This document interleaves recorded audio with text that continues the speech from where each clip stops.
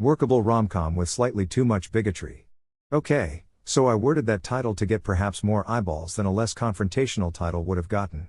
Here's the situation, and it is absolutely one that some will love and others will despise, so just be aware of it up front and make your own decision. But don't be mad at Schorr or me if you read the book and don't like it because of what I'm about to tell you, because if you read through the end of this review, you have been warned. The situation is this: there is an elderly character who reveals herself as bi and dates both men and women. Some will like this, some will stop reading right there and decide the book isn't for them. As I said, do what you will there. My own issue, and the reason for the star deduction, is that this character has a more socially conservative son who is actively described as nothing but effectively pure evil. This particular character, always little more than a straw man as he never actually makes an appearance on screen, is the closest thing to an antagonist the book has, and strawman really is the best term to use to describe him, as he is actively described as a bad person specifically because of his conservative beliefs, without ever allowing him on screen to show a more fleshed out character. Now, my own standard for bigotry is both clear and consistent, as I've maintained it for my entire time as a book reviewer: invert the demographics. If there is a problem, there is a problem in the original as well. Simple. Clear. Consistent. Here, if we made the LGBT character the evil one, off-screen, with zero redemptive qualities and never giving that character a chance to be on screen and defend itself. Yeah, that book would have to be self-published in today's market, and would still get the author cancelled. Thus, because there is a problem when we invert the demographics, there is a problem here, and thus, the star deduction. But there again, there are many readers who will love that this character is portrayed in this manner. Hell, there are some who will buy this book specifically because this character is portrayed in this manner. Again, dear reader of my review, you do you. My job is to discuss my own experience with the book and any issues I noted therein so that you can make the best decision for you, and I've done that here.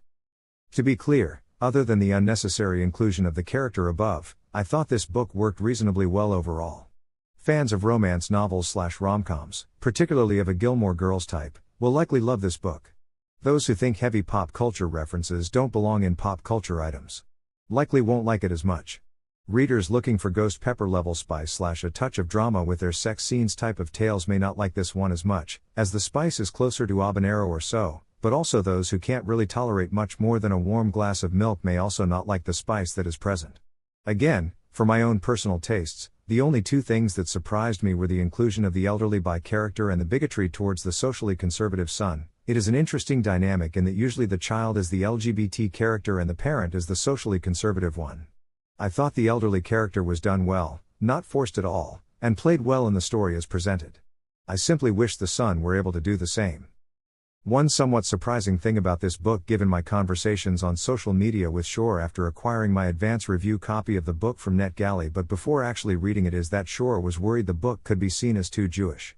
In reality, there is roughly a single scene or so where the actual Jewishness of some of the characters comes on screen, and it worked well with the story told to that point.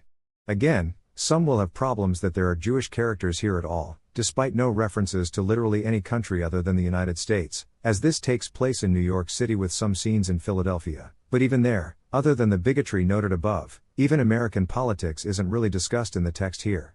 Others will love that there are Jewish characters simply existing in New York. Again, you do you and make the right decision for you. Just please don't one-star this book over something I've already warned you about here. Do review the book though, and write about your own thoughts on the book. Maybe you think I'm an idiot. Feel free to call me out in your review. Maybe you think Schorr is an idiot. Don't be mean to her, but be honest about what you thought without being mean. I don't care if you're mean to me, but authors are generally sensitive people, or maybe you think Schorr is awesome. Absolutely sing her praises if you think that. Authors love to see that. Smile. Me personally, I was disappointed in the presence of the one character, but overall I really do think Schorr is a talented writer, and I really do look forward to her future works. I just hope she can avoid repeating that one mistake. Smile. Very much recommended.